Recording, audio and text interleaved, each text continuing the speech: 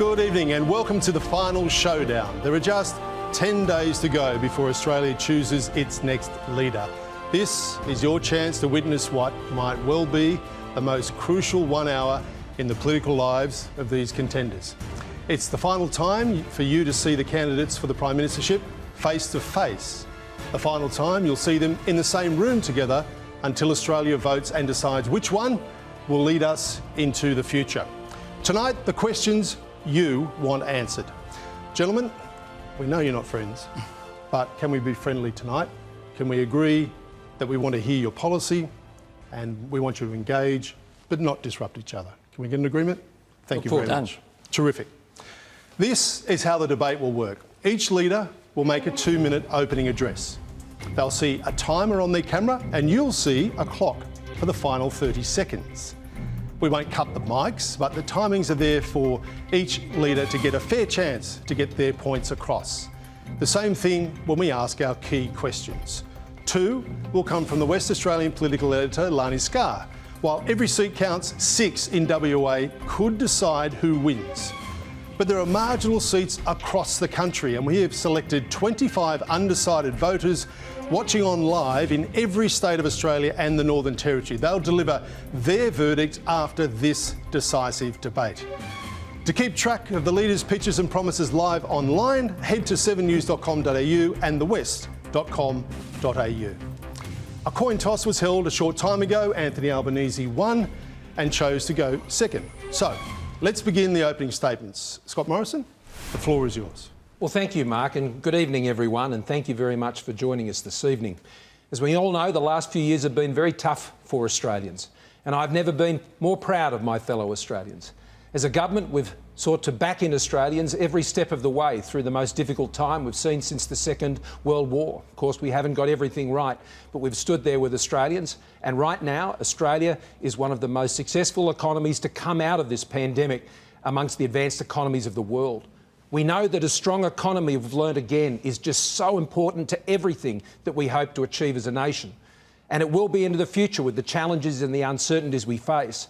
A strong economy provides that economic shield for jobs, for incomes, for the businesses you run, to keep taxes low and to put downward pressure on the global forces that are pushing up interest rates and cost of living, to guarantee those essential services you rely on, that we've been able to double funding for hospitals and schools and mental health and deal with the challenges of aged care and disabilities and continue to support Medicare, to build the roads, the safer roads and the infrastructure Australia needs to grow, and to fund our defence forces, security services and intelligence services that keep Australians safe. But most of all, it means that you can achieve your aspirations for you and your family. In a stronger economy, you have more opportunity to do that. In a weaker economy, it's harder, and you don't want to risk a weaker economy. We've got big challenges and uncertainties still to face, and Australians have done so well up until now, and we don't want to risk everything that's been put in to ensure we're at this point to seize those opportunities for the future. That's why this election is all about who can manage that economy best, who can manage money, who understands the economy best to ensure that we can have a strong economy for a stronger future for Australia. Prime Minister, thank you very much. Mr Albanese, your 2-minute opening statement. Well, thanks very much, Mark. I believe that good government can change people's lives for the better. I believe that good government can help people achieve their dreams and aspirations for a better future for themselves, their families, and in particular the generations to come. I know it because I've lived it. That's my story. Now I want to build a better future and use the power of government to assist Australians as the leader of this country. I want a better future where we deal with the cost of living crisis, where everything is going up except for people's wages. A better future where people, if they need to see a doctor, can see one, where we strengthen Medicare and we make medicines cheaper. A better future where childcare is more affordable, women can more participate in the economy, and we can build productivity at the same time. A better future where dealing with climate change means taking up the opportunity to grow the economy with renewables and new industries, training people for those jobs with fee-free TAFE and additional university places. and a better future where we deal with the aged care crisis. Older Australians deserve to live in dignity and with respect in their later years. But it's also important how they get there. I want us to bring together big business and unions, to bring together small business and their employees, to bring together the Commonwealth, states and territories to work on our common interest. Australians have conflict fatigue. They want solutions, not arguments. And that's what I want to deliver in delivering a better future, one where no one is held back and no one is left behind. Mr Albanese, thank you. We'll give each leader 1 minute uninterrupted to answer our questions tonight. Then we'll have time to rebut and debate. Our opening question tonight is on wages. It is the defining issue of the final days of this campaign. Mr Albanese, you said you'd absolutely support a 5.1% pay rise to match inflation, a pay rise that is to the minimum wage. Yeah. Today, that's not so clear though. What is your promise?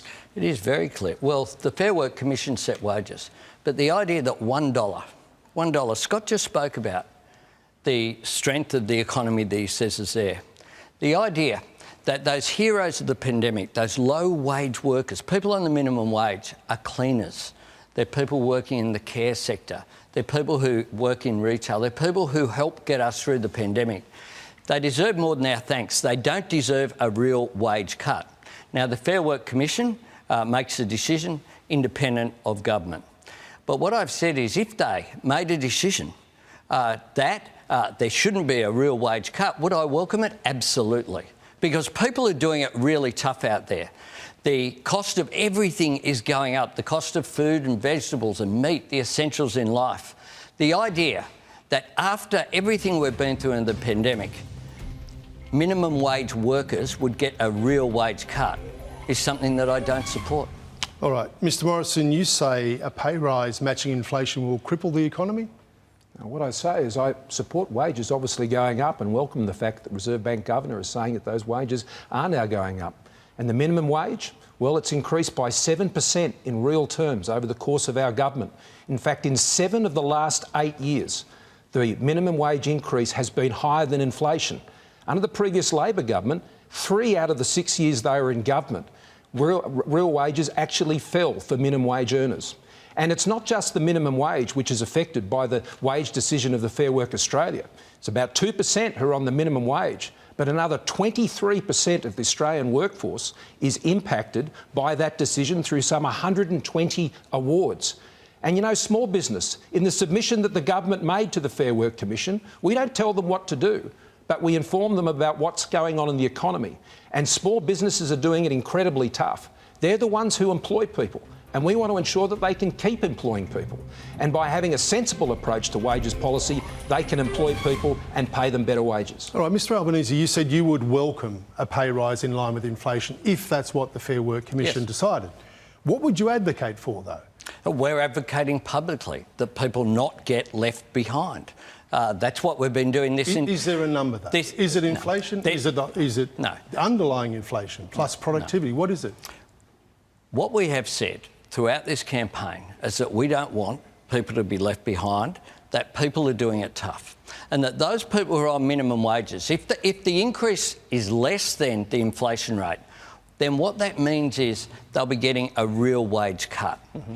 And they deserve better than that. The Fair Work Commission does make those decisions independently, but we've made that very clear. Yeah, OK, very clear. Can we make this very clear? Yesterday you were asked, would you support 5.1%, which is at the moment the rate of inflation, and you said absolutely.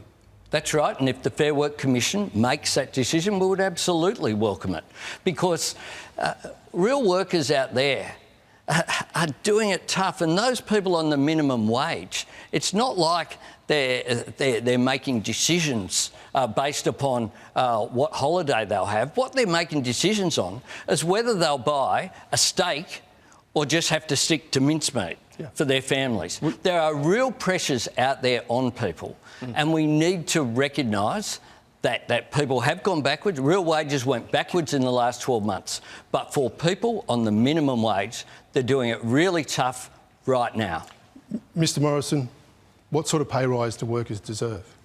The Fair Work Commission is the right place to do that. And the reason that is because the economy needs stability and it needs certainty, particularly with the many things that are pressuring down on the economy today. I'd welcome pay rises, obviously, for all workers, not just those on the minimum wages. But we need to have an economy that's strong into the future. And if you have wages that rise at 5.1%, which is exactly what Mr Albanese said yesterday, that means that can feed into inflation, which pushes up interest rates and pushes up the cost of living even more. We can't have a situation where someone may get a wage rise, but then gets it all taken back in higher interest rates and higher costs of living. That's why we think the most sensible way is to look at all of the evidence, not to just run off at the mouth and just come up with things on the run, but to consider these sorts of economic questions very carefully. You've got to understand how the economy works. And if you just say 5.1%, and try to jawbone the Fair Work Commission, then that puts Australia's economy at great risk, and we can't afford that sort of lack of understanding about how our economy works. All right, Prime Minister. So, Mr Albanese, the Prime Minister makes the point, if wages go up in line with inflation or greater, you put in additional pressure on interest rates and inflation and prices and mortgages. Now, what the Reserve Bank says and what economists say is that in order to have non-inflationary wage increases, they shouldn't be more than inflation plus productivity. Underlying inflation. Inflation plus productivity. Not headline inflation, not 5.1, 3.5. And what we're talking about here, is people on minimum wages. It's $20.33 an hour. What we're talking about here, if the Fair Work Commission grant a 5% increase, that's 2 cups of coffee a day. And the idea that 2 cups of coffee a day is something that would damage the economy is, I believe, just not the case. Yep. We need to look after people who are vulnerable. We need to do more than say, thanks very much for everything you did in the pandemic, but now we're going to cut your wages. Very quickly, Prime Minister, Mr Albanese is saying $1 an hour additional for people on $20 an hour. It seems pretty reasonable. Well, if Mr Albanese thinks small businesses around the country can have a 5% increase in their wages bill on top of all the other things they're facing and see their ability to come through, then people won't be worrying about what their wages are. They'll be worrying about whether they have a job. You know, you just can't be loose with the economy with things like this. You've got to be understanding all the moving parts, and there are more moving parts in our economy than ever before with the pressures on global pressures for rising interest rates and inflation. And a 5.1% increase, which the Leader of the Opposition has advocated. He may be trying to walk it back now. That would push up inflation and it would push up interest rates. All right, let's move on to the question. Can I just make one further point? Quickly. That Scott can respond to, perhaps. You have failed on a number of occasions that we've asked in the Parliament and again in a previous debate to say that every worker should get even the minimum wage. Is that still your position? But my position is that employees should get the minimum wage. That's exactly the case. You've said before that it's complicated. Employees. You've refused to back it in. I'm talking about employees. You're talking about people who choose to be in small business. And no, I'll tell you what, small business... I'm talking about workers. People who run small businesses, Anthony, they don't get guaranteed anything.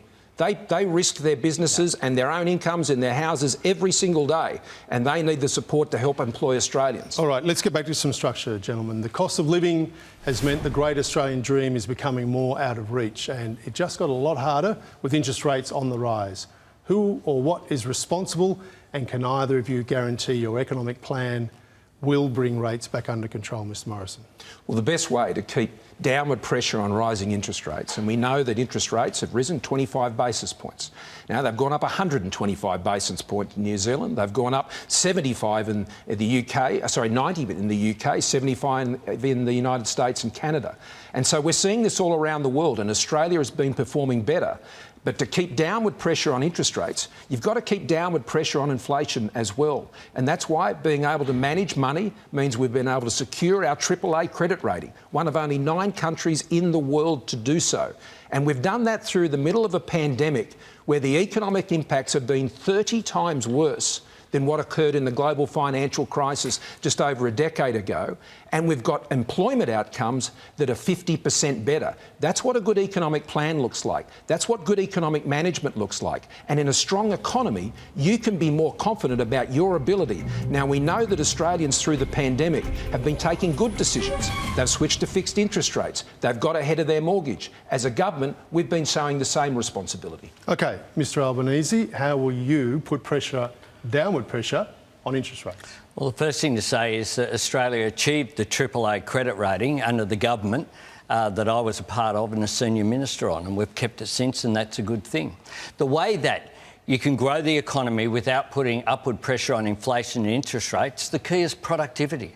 And that's why we've prioritised productivity-boosting measures as part of our economic plan, whether it's childcare that will boost workforce participation and boost productivity in the workplace, whether it be our infrastructure investments where we'll prioritise projects that boost the economy rather than pork barrelling, including supporting the national broadband network, whether it be making more things here in Australia, or our plan on energy and climate change. It's about seizing the opportunity for investing in renewable energy. Our plan will see $52 billion of investment that will reduce power prices for businesses and also for households. Mr Morrison, Mr Albanese just made the point about productivity. Fairly insipid in the recent years, around 1%, just below, just above.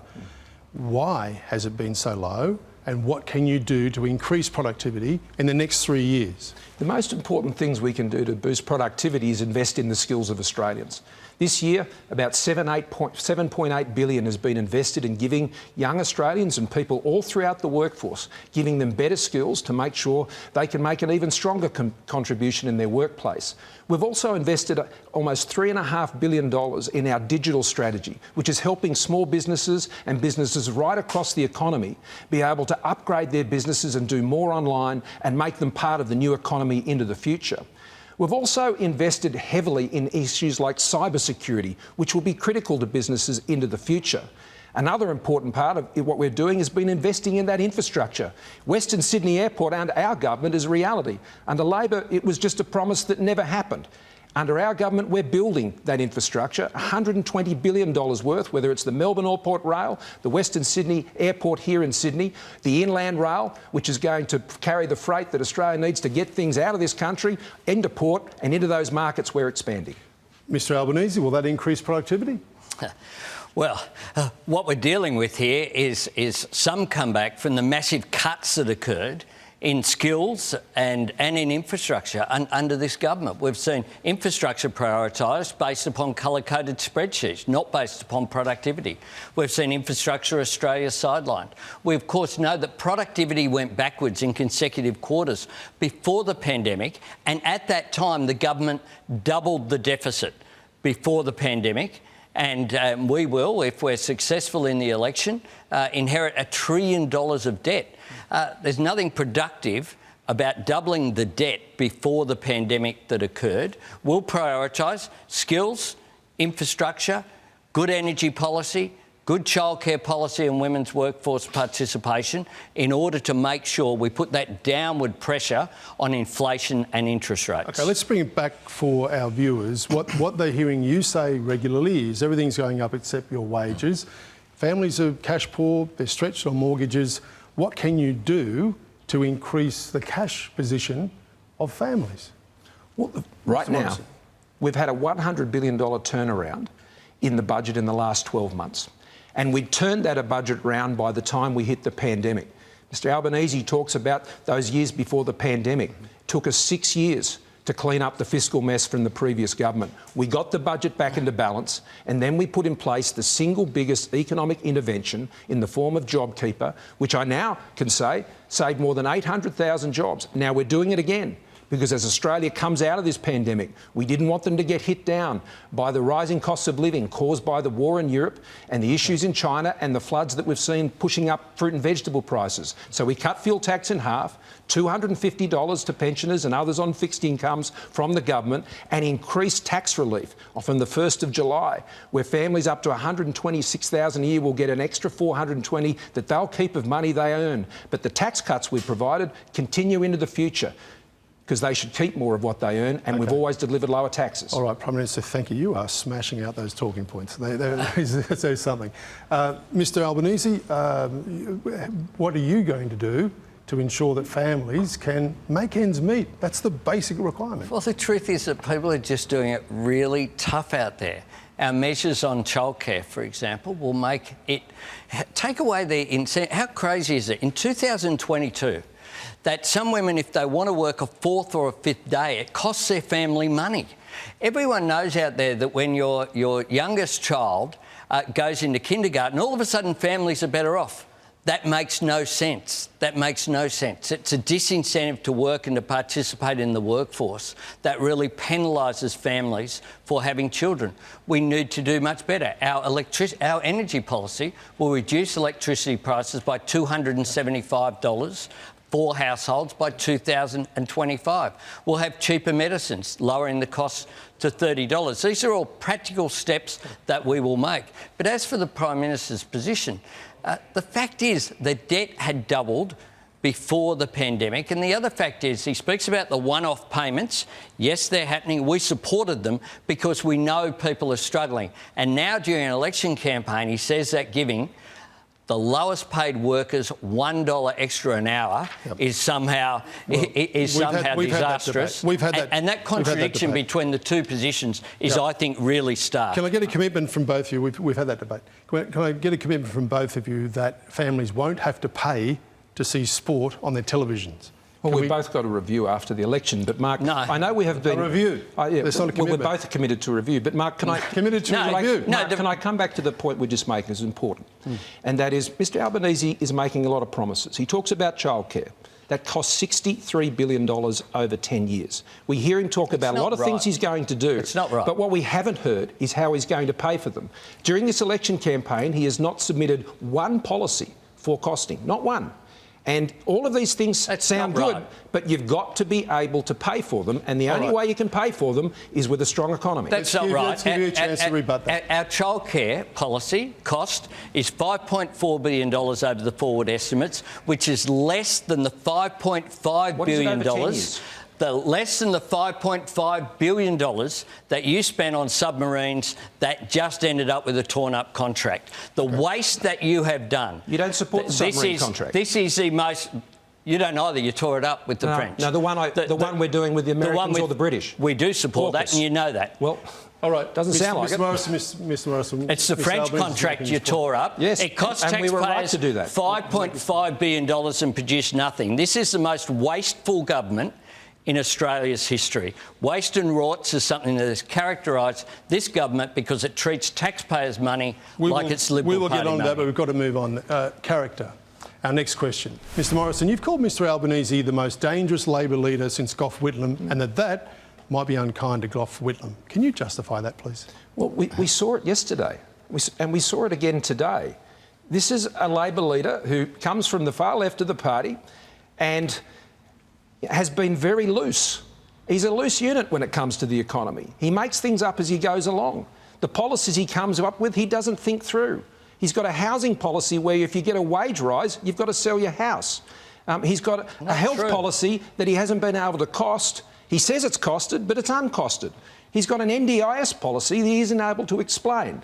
Now, we've seen over the course of this election campaign, one of the most fundamental things you need to know about as a Prime Minister is unemployment. He couldn't even tell you what the unemployment rate was, let alone the cash rate. Understanding the economy, particularly at a time like this, you can't risk it with someone who just simply has not had the experience in the serious financial jobs of government. No Labor leader in the past, when he's been in the shadow ministry or the ministry, has ever trusted him with a financial job. I wouldn't let him near the till either. OK, I'll give you a minute to rebut that, Mr Albanese. Well, I will lead the most experienced incoming Labor government in our history. I've served as Deputy Prime Minister, I've served as a Senior Minister, Infrastructure Minister, Communications, Regional Development across a range of portfolios for 6 years, and been Government Leader in the House of Representatives, where I presided over the entire parliamentary program during that period. I make this point as well. I have acted as Prime Minister on a couple of short occasions. When Bob Hawke, Kevin Rudd and Gough Whitlam became Labor Prime Ministers, none of them had served as ministers in a government. I have an experienced team. We are ready for government. And all we see from this government that is now seeking a fourth term in office. They don't have an agenda for today, let alone an agenda for the next term. All they have is abuse and scare campaigns and fear campaigns, no policies for the future. We can do better than that. All right, Mr Albanese, you accuse the Prime Minister of not turning up, not taking responsibility, always blaming someone else. Can you justify that, please?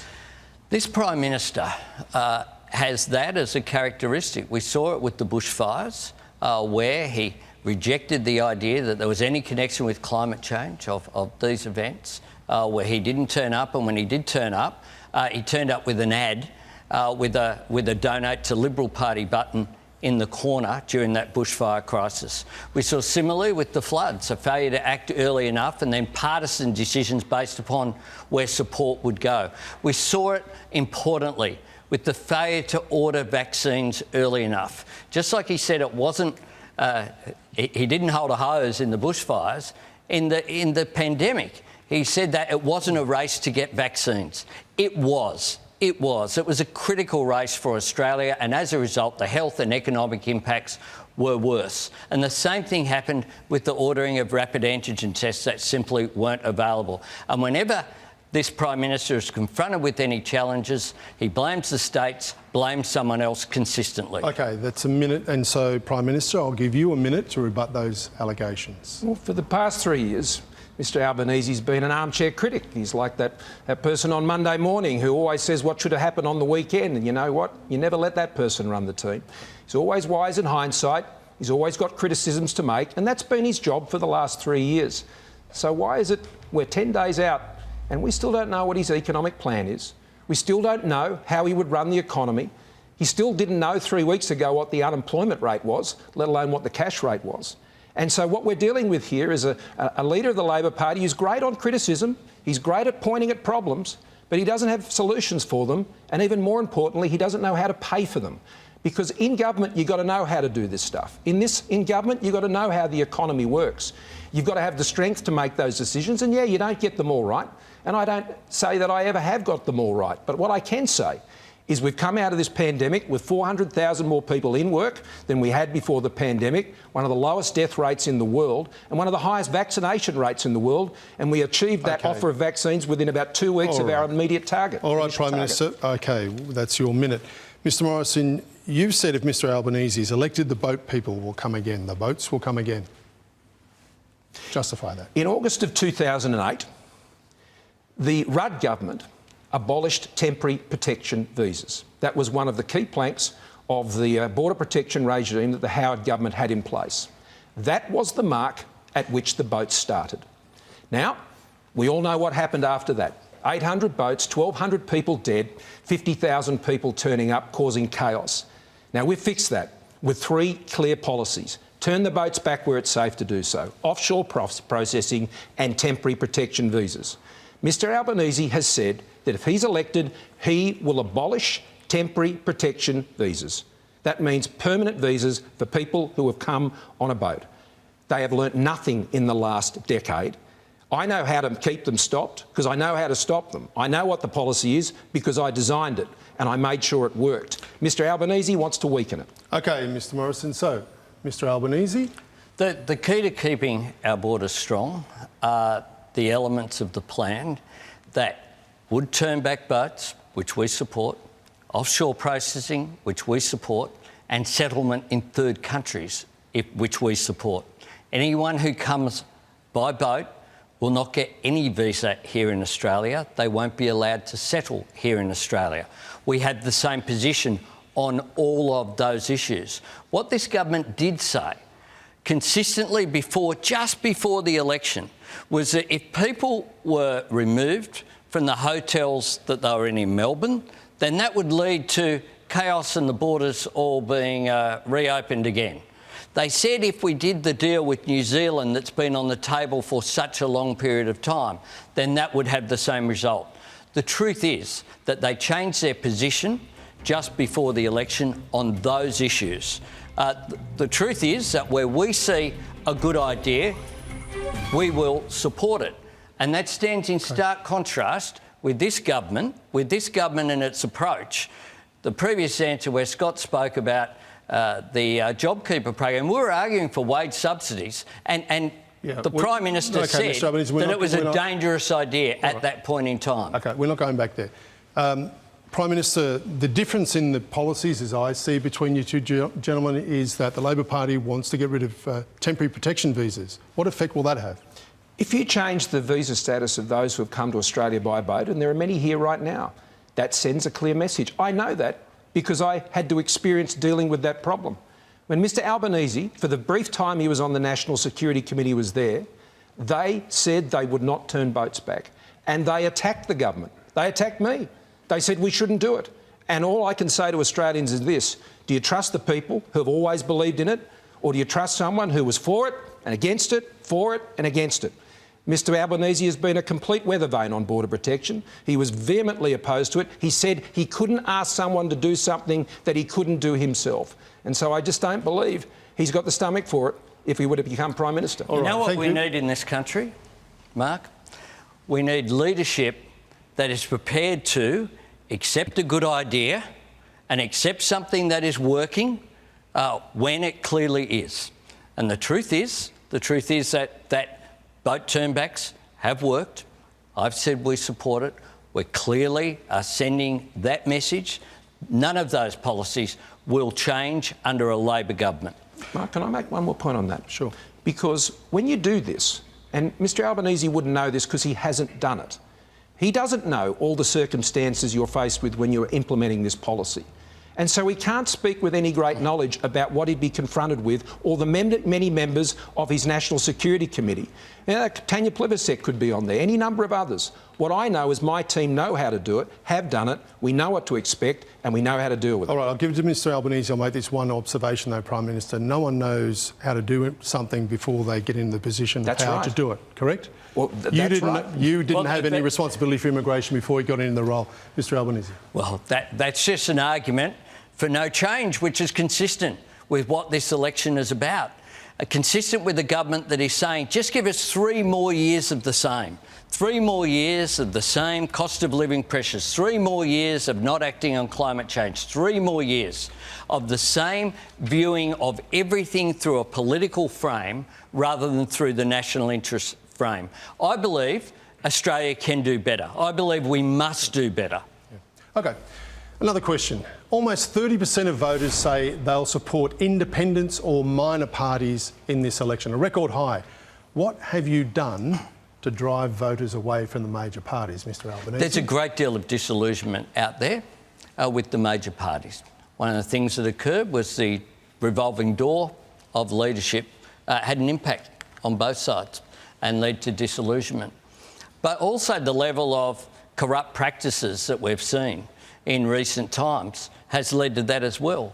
That's one of the reasons why we need a strong National Anti-Corruption Commission. We need to restore faith in politics. I think overwhelmingly the people who are putting themselves forward at this election, regardless of what party or independence they're from, do it for all the right reasons. But the truth is there's a lack of faith out there when people see a block of land that was worth $3 million that $30 million was paying for. When people see North Sydney Pool that was paid for out of a regional fund. They see sports rights, commuter car parks where there's no train stations, for goodness sake, and then the program's cancelled.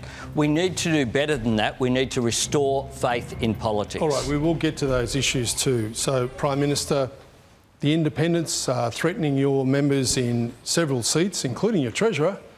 What's gone wrong? The last 3 years, last 2 years in particular, have been incredibly tough. And I think that has greatly disrupted our society and our community. And I think people are still feeling the effects of that. And we all wish it wasn't like it has been. when it comes to the many challenges we've had to face, but they have come from well outside our country. And as a result, I think politics has been affected by all of that. But one thing doesn't change as we go into this election. And whether you're in those seats where there are many independents running or you're not, the question still remains the same, because the challenges that we face are very real. And who can best run that economy? Who best understands that economy? That is what will impact on your life and the ambitions you have for you and your family. And so I say to those who are thinking about independence, Australia doesn't need a weak government. It doesn't need a weak government that has to negotiate for its existence every single day. It needs a strong government like we have been over the last 3 years, where we could make the strong decisions to get Australia through this difficult time. A vote for the independents may be well-meaning, but it'd be a vote to weaken our parliament and weaken Australia. OK, so, Mr Albanese, you raised the point of integrity. Let's go to a couple of issues here. Mr Morrison, don't taxpayers have a right to know why they've paid $500,000 compensation to your Education Minister, Alan Tudge's press secretary and former lover, if he apparently did nothing wrong? Haven't taxpayers got a right to know why they've paid $500,000 in this? Well, first of all, this matter, I'm advised, has not even been settled. And that's because these are matters that go to very private interactions between people, and they are handled sensitively. Well, we had an independent inquiry into Alan Tudge's... Well, no, but what do you think, though, your Prime Minister, what do you think, though, about your minister in this circumstance? Did he do nothing wrong? Well, that's why I held an independent inquiry into his conduct and his behaviour. I'm sorry, Prime Minister, but you don't need an independent inquiry to say there's a power imbalance in that relationship, do you? Well, I understand those points, but that's why it's such a serious issue and it should have been investigated. When I was confronted with issues of allegations of behaviour against my members, I called an independent inquiry. When Mr Albanese was confronted by the bullying of the late Senator Hitching, he chose to do nothing. Yeah. Now, I had the inquiry. We got the findings from an esteemed retired public servant who looked at this issue and found that there was nothing to base any finding against Mr Tudge. And you're happy with that? Well, there was nothing wrong with that? So as Prime Minister, you're happy with that? Of course. People who have relationships in the office, that's not something I've never approved of. And we have a strong ministerial code of conduct which has been put in place subsequent to those events, which was done by my predecessor, which I support. And so I had an independent inquiry. We dealt with the issue. And on the other matter of the financial settlement, well, I'm advised that the matter hasn't even been settled. All right, Mr Albanese, your view on this, should taxpayers know why they're paying this money? Well, I think that we need some transparency here, and I note that the person involved here has said that she is happy for there to be public disclosure. I don't know any of the facts of the matter, so I can't comment any further. But I do think that it's quite extraordinary that we're in an election campaign. Alan Tudge is, I think, still the Education Minister. It's not clear to me, Prime Minister, is... Well, Stuart Robert is the acting Education Minister. But who's the Education Minister? Mr Tudge has stood aside from that role for personal reasons. Like, as you'd be aware, ministers, as do shadow ministers, stand aside from their responsibilities. Sure, so he's not a minister. He's not a minister. Well, he still has a warrant as a minister. He has not resigned as a minister. A minister without portfolio. And nor has he been dismissed. Yeah, that's a fair way to describe it. So, I mean, I just think the idea that we don't know who the Education Minister... Alan Tudge... It will be Alan Tudge. It will be Alan Tudge. Alan has advised after that the election, he would be happy to come back and serve in the ministry, and I welcome that. Well, people have been looking for him during this campaign. He hasn't been seen. Can I ask, under your can I ask, gentlemen, Mr Albanese, what action would you take as Prime Minister if this was one of your ministers? I would make sure, one, that there was transparency. I think quite clearly some of the details of this are of a personal nature. Yeah.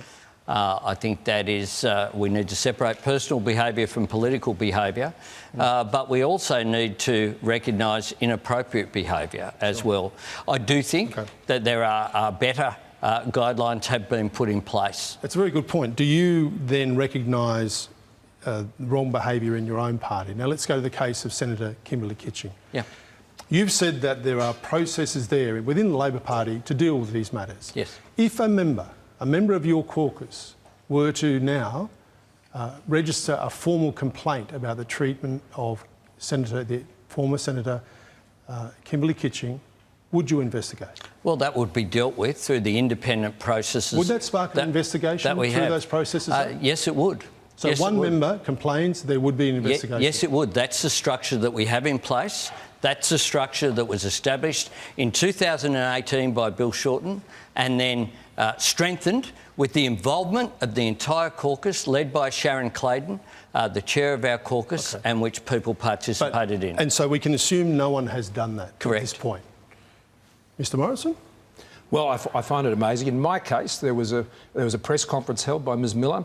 I didn't wait for anybody to write to me or do anything like that. We moved and established an independent inquiry to get to the bottom of it. I thought that was the most important thing, to establish confidence regarding the ministerial standards. They were upheld, and I acted swiftly. I find it disappointing that the serious allegations that were made about the bullying of the late Senator Kitching. What would you have done, Prime Minister, if it was in your party? Well, I've just told you what I would have done. Yeah. I've just done it. When I was presented with a sensitive issue like that, I called an independent inquiry. OK, we need to get the bottom of it. Ms Miller didn't give evidence. Well, she chose not to participate. She chose not to participate. So, gentlemen... That's her right. Gentlemen, I respect isn't that. the point here, all this, isn't the point here that we need an independent integrity commission to deal with these matters, to take them out of the hands of politicians? Well, I agree. That's why I have 347 pages of legislation no bill to establish but no bill in the Parliament. You didn't put a bill to the Parliament. I agree with that. But I'm one step ahead of the Labor Party, who've been talking about this for 3 years. But this is the opposition. And government, when will you bring your bill for an integrity commission before the Parliament? This year, Mark. And when will you bring your bill for an integrity commission before the Parliament? If we can ensure that our bill can be passed, then I'm very happy to bring it forward. But Mark, that has always been my case. This is an argument. Let me talk about the bill that I have, because the bill has powers of search, it has powers compelling witnesses, it has Prime Minister, we do know the detail, and it's on your website. No, we do know it. I know it is important. And it's funded. And I don't want to be harsh here, but we do know that, and there's been a long debate about it. The crucial point, though, is at what point does the Parliament get to decide on this issue? Isn't politics the art of the achievable? I agree with that, You Mark. hear arguments from both sides, and you come to a consensus in the middle somewhere, and you have an agreement. Well, I hope we can do that, Mark, but a body of this nature is important, and you've got to get the design right. And it can't be driven by the whims of politics. It needs to be developed by good design where the rule of law applies. It applies to criminal conduct. And we don't see a situation where we have agencies that can go and convict people before they've even heard the case in the media. That is not a good way to run a country. That is not a good way to uphold integrity. I think it only undermines the process. All right, Mr Albanese, I'll get you a chance. We do need to clean up politics, and we need a national anti-corruption commission, and one with teeth. Under the model put forward by Mr Morrison, what it would be ministers would have a decision to make whether something was referred to an anti-corruption commission. It needs to be independent of politics. That's the whole point of an independent national anti-corruption commission. And the idea that somehow the opposition's responsible for the government not even introducing legislation, that taken to its logical conclusion, why would you vote for Scott Morrison on Saturday week? Because what he says is, unless the opposition support legislation, it won't even come before the Parliament. OK, so Scott Morrison will get knows how to manage an economy, and he's not loose with economics. You'll both get a chance to put your pictures to the people on why they should vote for you at the end of the program. Thank you so much for the engagement. It's interesting and it's reasonably polite. So thank you for that. We'll just take a breather now, but after the break, the question that could stump them both, and key questions from the West, as our undecided voters around the country prepare to decide who won the final showdown, live across the 7 network.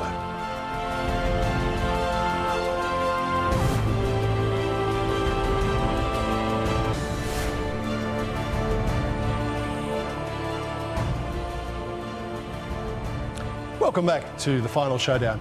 WA has crucial seats that could decide who becomes Prime Minister. Let's welcome the West Australian's federal political editor, Lani Scarr, for the next questions. Lani.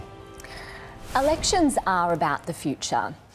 People watching tonight want to know who is giving us a better future.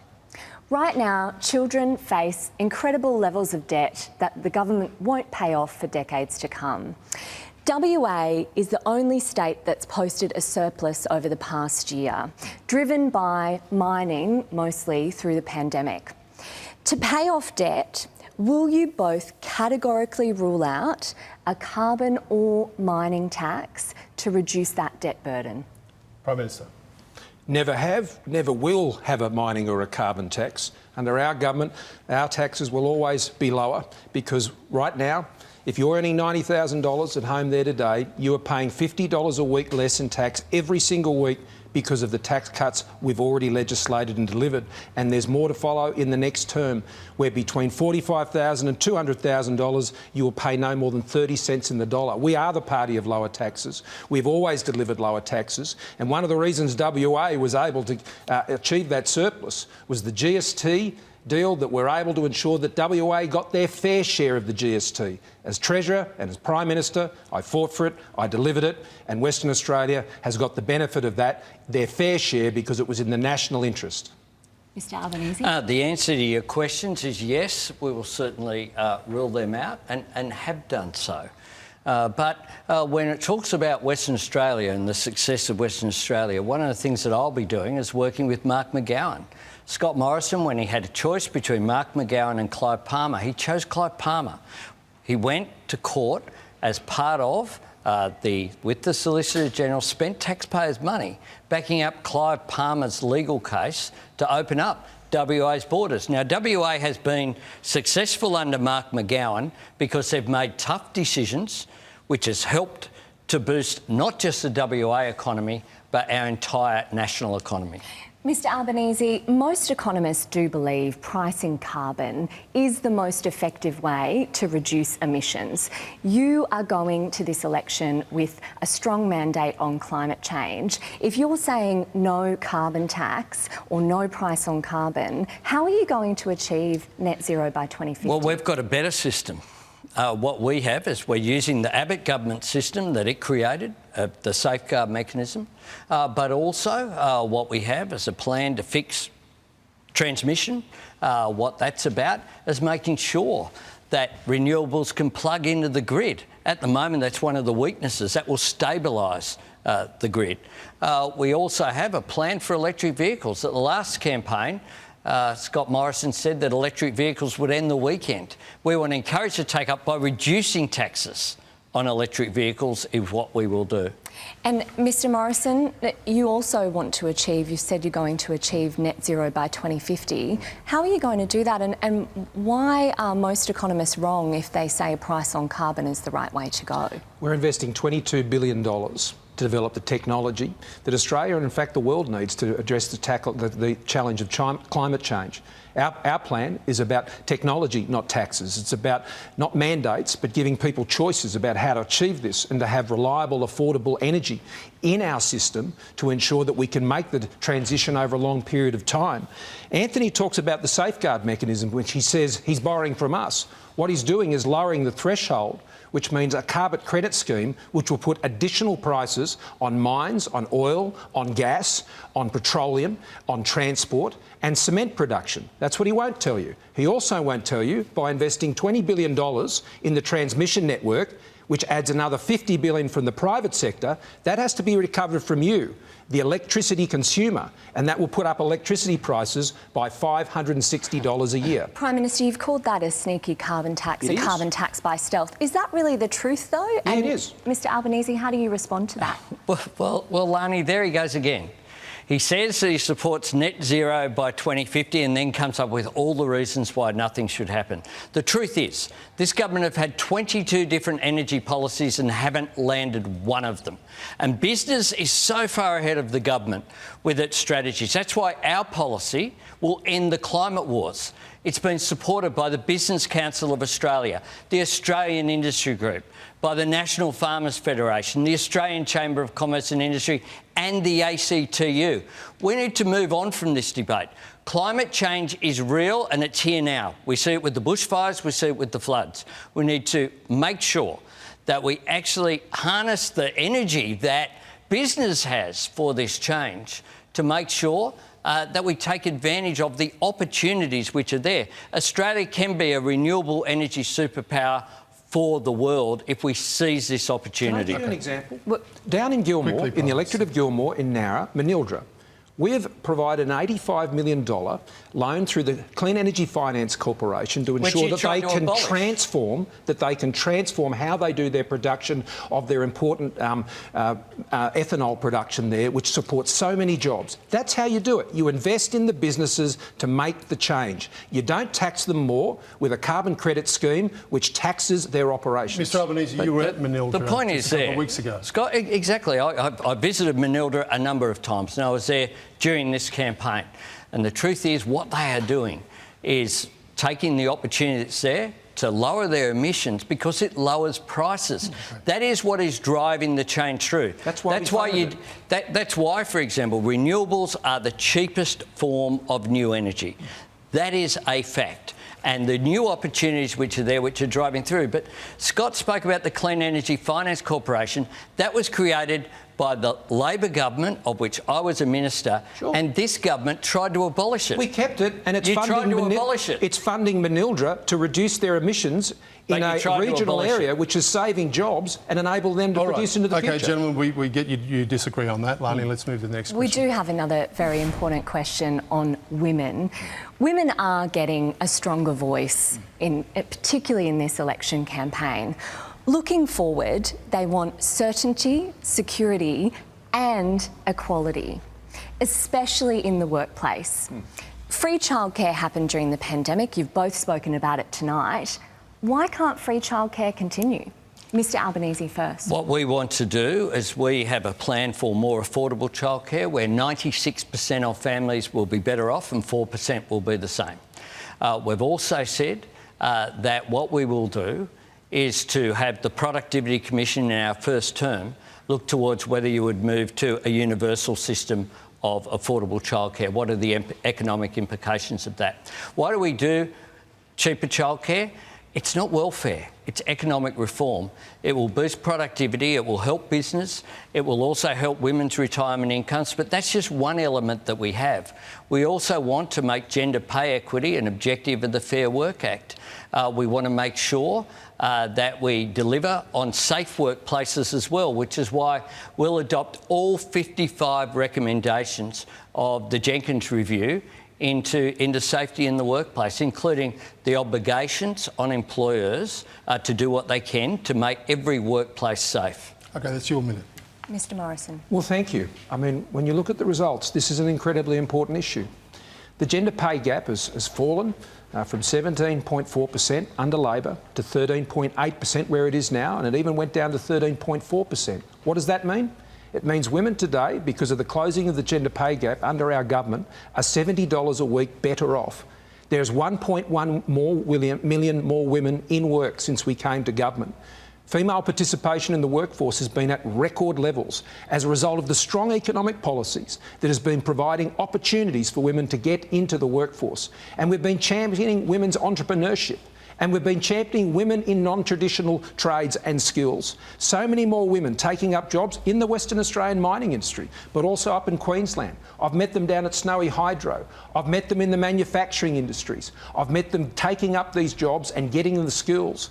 We've got $3.8 billion invested in the skills of our country, providing record numbers of apprenticeships right now, and women are taking up more and more of those jobs. Mr Morrison, it has been reported that an MP in your party room suggested that childcare and women accessing childcare was outsourcing parenting. Do you agree? And is this an issue you ever talked to Jenny about? No, it's not something I agree with. And we talk about childcare and many issues all the time. Our children themselves obviously went through childcare, and we went through that with other parents and their families. We have a responsible and affordable policy on childcare. What we don't do is go and promise the world when you know you can't pay for it. If you go to 90% childcare for everybody, that is a policy that all Australians are going to have to pay for. What we've demonstrated is we've been getting women into work because they want to work and they want those opportunities, and a strong economy is what provides for it. It's fine to make big promises, but you've got to be able to pay for them. And when you can pay for them, fair enough. But we haven't seen one policy costed by the Labor opposition during this campaign. You've made that point several times. Mr Albanese, you have said that you want a productivity commission review into this issue. There's already been a productivity commission review into this issue. Why do we need another one? Because you need to, when we move to more affordable childcare, they'll be able to see what's happening in practice as well, what the implications are. Where Scott, I think, is wrong on this issue is to see it as just a cost. What it is an investment. It's an investment in women, it's an investment in families, it's an investment in our economy, because it will grow. All of the analysis shows that every time you spend $1 on childcare, more than $2 comes back through economic growth, through increased workforce participation, through increased productivity. Australia has fallen to 70th in the world for women's economic participation and opportunity. We can do better than that. We can do so much better than that. We do very well on education for women, but that isn't translating into those full-time permanent career jobs and those career paths. And it's also having a significant income whereby women are whereby women are retiring with up to 40% or more less retirement incomes than men. So if it's so important, will you commit to free childcare then? Why can't it be brought into line with the school system? Because what we're doing is putting forward very clear costed policies. Our policy is costed on childcare. It is $5.4 billion across the forward estimates. It's an investment. It is less than the waste that has gone on in this government, All right, far less. We have to move on, Lani. Thank you very much. We'll see you shortly again with Michael Usher, who will reveal the debate winner according to our voters in pubs within marginal seats around the country. We're going to hear your closing statements in a moment, gentlemen. This is where we want a positive answer. We've heard lots of negatives, and we get that you don't like each other. However, surely everybody has one redeeming feature, don't they? What is the one strength, Mr Prime Minister, that you find in this gentleman that you admire but also worries you? Well, the thing about Anthony that I've always admired is that he's never forgot where he's come from. And he grew up in Housing Commission, and I have no doubt that the other day on Mother's Day is always probably the toughest day of each year that is for him. And he's shown the ability to rise to be the leader of one of the oldest parties in this country. And he should be commended for that. He's shown a great deal of determination over that period of time to rise from very humble beginnings. And I admire that in Australians, and I admire that in Anthony. And that's great. But, you know, to do this job, you need to know your stuff. You need to be across the detail. You need to not make things up on the run, and you can't be loose on the economy, because too many Australians' livelihoods depend on it. And as much as I respect what he's been able to achieve, I just don't believe that he's been able to demonstrate that he's able to get across the detail to do this job. Yeah, that's what we call a compliment sandwich. He was trying. He was trying there. He gave it a bit of a crack, I'd say. But now you. He was trying there. Yep. Well, the job of Prime Minister is one that is obviously a difficult one to do. Scott's absolutely committed to his nation, and I admire that. And on a range of issues, to name one, mental health. In terms of young people, we've seen increased funding for mental health, but in particular, increased funding for Headspace and for those issues. Mental health is something that, when we were all a bit younger, just wasn't spoken about. It's a good thing that it's being spoken about. It's a good thing that the Prime Minister speaks about it as well. There you go. You can be positive, and you can like each other. No, I had no barbs. I thought you wanted one of each when you asked me. Right. I must have misunderstood the question. Thank you for that. Let's move to the final statements. We'll start with you, Mr Morris. Well, thank you, Mark, and thank you, everyone, for joining us here this evening for this debate, and thank you, Mark and Anthony. There are great opportunities ahead, Australia, and I'm really excited about them. Over the last couple of years, we've come through the most difficult times that we could have ever imagined and couldn't have contemplated 3 years ago. But here we are. We've stuck together. As a government, we've backed you in. And this is one of the big differences, I think, in what we've heard tonight. See, in the Liberals and Nationals, we believe in you. We want to back you in. We believe a strong economy is based on you. We don't believe the government is the answer. We believe you are the answer. And that's what our policies are designed to do.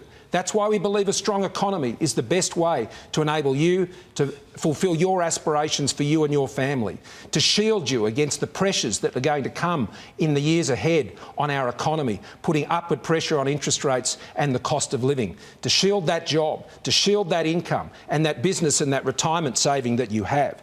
It's also going to guarantee those essential services so we can tackle the big problems in aged care. $19.1 billion to support our response to the Aged Care Royal Commission that I called. These are tough challenges. Continuing to support Medicare at record levels, bulk billing at 88.8%. It's up from 82.2% when we first came to government. To ensure we keep building those roads and infrastructure that keep you safer and get you home safe and on time to be with your family or to get to work, and to ensure that we continue to invest in our defence forces as we go forward in our security and intelligence agencies. This election is a choice. It's a choice about who can manage and deliver that strong economy, because that's what your future depends on. And now is not a time to risk that on an unproven opposition and Labor leader who don't have a plan for our economy and haven't got the experience with the challenges that we face. A vote for the Liberals and Nationals on May 21 is the strong, responsible and safe choice for a strong economy, for a stronger future. Prime Minister, thank you very much. Mr Albanese, your closing statement. I have a plan for a better future, a plan to make sure we can grow the economy in a sustainable way by investing in infrastructure, by investing in climate policy, by making sure that no one is left behind and no one is held back. We can do better. We have a range of challenges facing us as a nation. We have childcare costs that are spiralling, that stop women working that fourth or fifth day. We can do better than that. We've had 22 attempts at climate policy and we have issues of floods and bushfires. We've seen the impact. We can do better than just continuing to drift there. We have pressure where so many people can't see a doctor when they need one. We can do better than that. We have young Australians who can't get the skills and training that they need for the jobs of the future, and we can do better than that. This election is a choice. It's a choice over whether we seize the opportunities which are before us. We have a government that's asking for 3 more years of more of the same. They don't really have a plan or a policy for the future because they struggle with the present. And that's why at this election we've got constructive plans and processes in place that we're putting forward to the Australian people. If we don't elect a new government, we'll miss out on the opportunity to increase women's economic participation through cheaper childcare. We'll miss out on the opportunity to end the climate wars. We'll miss out on the opportunity to deal with cost of living and stop everything going up except for people's wages. If we can't even get consensus here about a $1 increase for the minimum wage, then I think that this country isn't able to go forward. I firmly believe that we have a great future, but in order to do that, we need a better government. Thank you. Gentlemen, thank you very much for a spirited and very civil exchange, which I hope helped our viewers make their decision which way they'll vote on May 21. And thank you too for your commitment to the country, both of you, and what you do. It's a big sacrifice. We need someone to lead the country on May 21, the best to both of you. Thank you, Mark, and to Seven for hosting. Thank you, Mark. much. Thank you, Seven. Thanks very much. Thanks everyone for watching. That's the final showdown between our prospective Prime Ministers ahead of next week's election. Now, to find out if it's swayed.